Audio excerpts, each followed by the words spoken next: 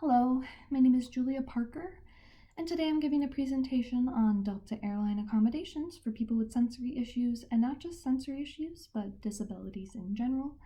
And I'm excited to really deep dive into this week and talk about how inclusive Delta Airlines actually is to people with disabilities.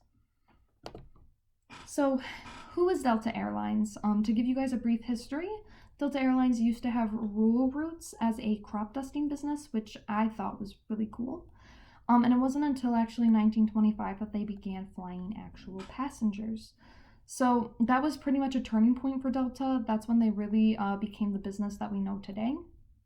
And then throughout the 1900s, they expanded, bought new planes, really expanded throughout the United States.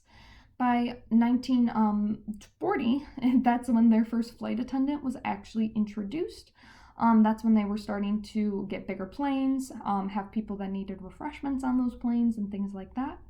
Then, of course, international expansion started in 1953. 1953 is when Delta Airlines made their first international flight. By 1990, they were a global carrier, meaning that they had international flights going on all the time. And they are now, in 2024, one of the largest airline corporations in America. So what component of diversity and inclusion are they addressing?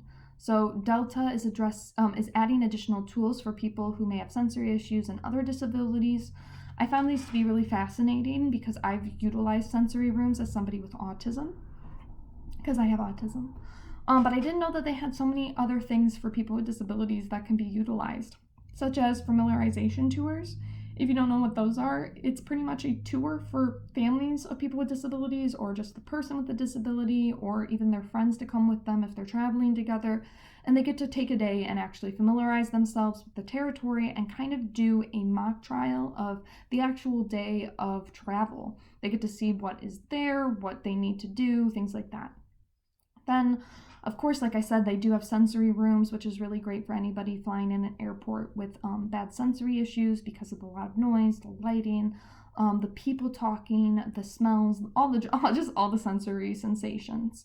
Then, of course, they have TSA Cares, which is a 24-hour, 7-day a week, 24-hour, 7-day a week help desk that you can call for to just get help with your flight, to understand if anything went wrong. TSA Cares is the person that you're going to want to call. And then we have pre-boarding, which most people know about. Anybody with a disability can pre-board, which is great. It helps to ensure that they get on and off the flight in a safe manner. Then, of course, Delta is training their employees to be more inclusive, as well as to understand dealing with certain disabilities, and with understanding all these new changes being implemented. And of course, much, much more they're working on in the future and currently. Delta wanted to ensure everyone can fly, no matter if they have a disability or not. So how are they able to implement these changes? Their main goal was that all passengers, regardless of if they have a disability or not, could travel safely.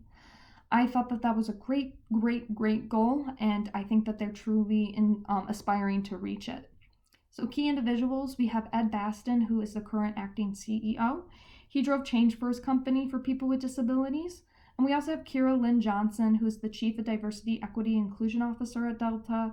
She's the person that really drives the full changes at Delta and ensuring at every airport that they are inclusive, and they're using universal design in pretty much every aspect of the airport.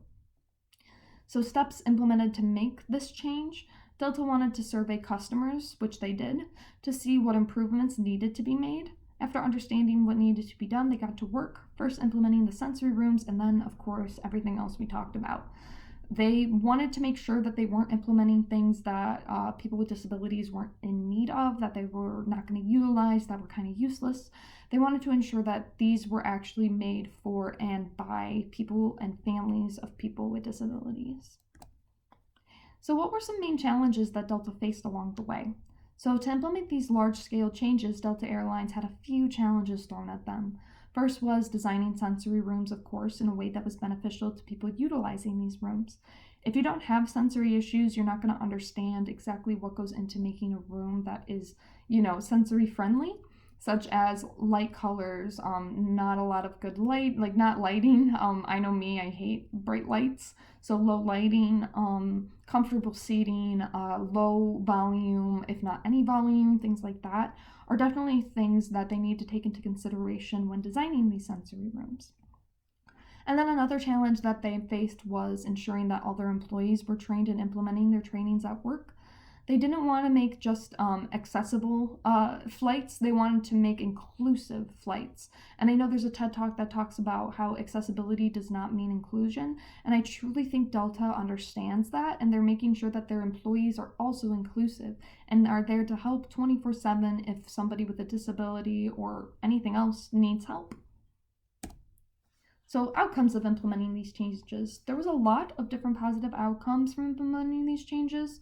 So, first off, Delta people have, this is just a quote that I put from somebody that was talking about her time with her child with autism with the staff at Delta.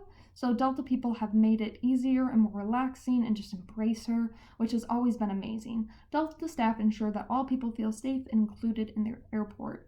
So not only do they have all these accessible means that they're trying to implement, but they also are, like I said, making their employees also inclusive as well. And that has a huge positive change on people that are flying with disabilities because they feel included and safe.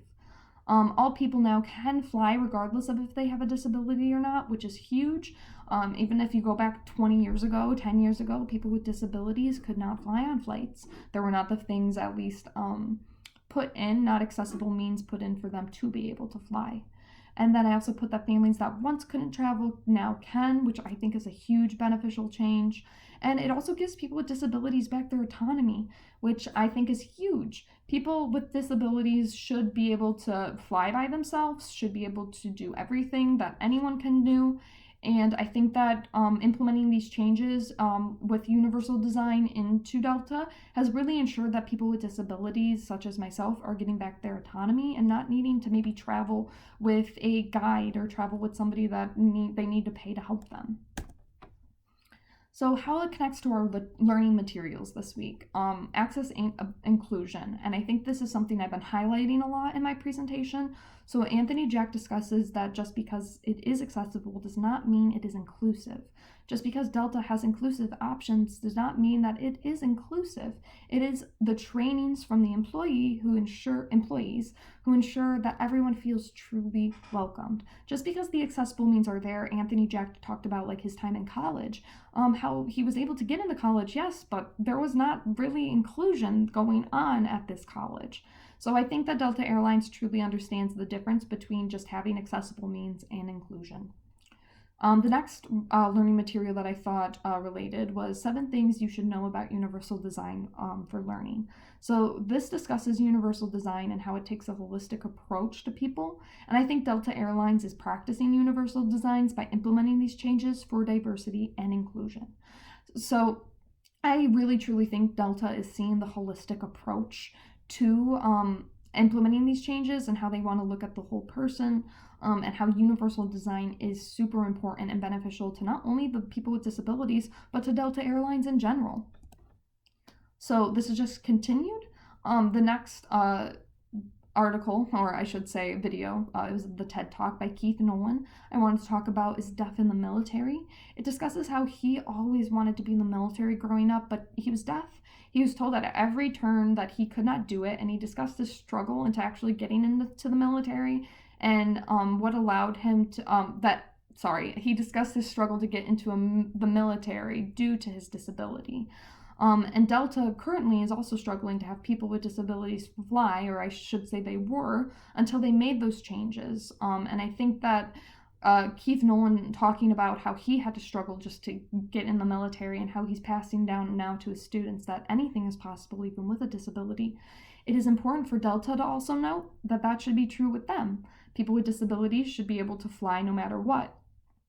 And then the last material that I decided to relate it to is about universal design. And this gives us a large rundown of universal design and what the benefits are from it.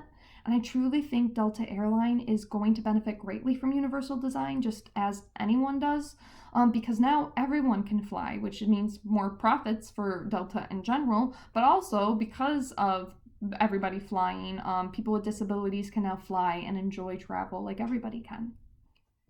So these are now my references, and I want to thank you for taking the time to listen to my presentation today.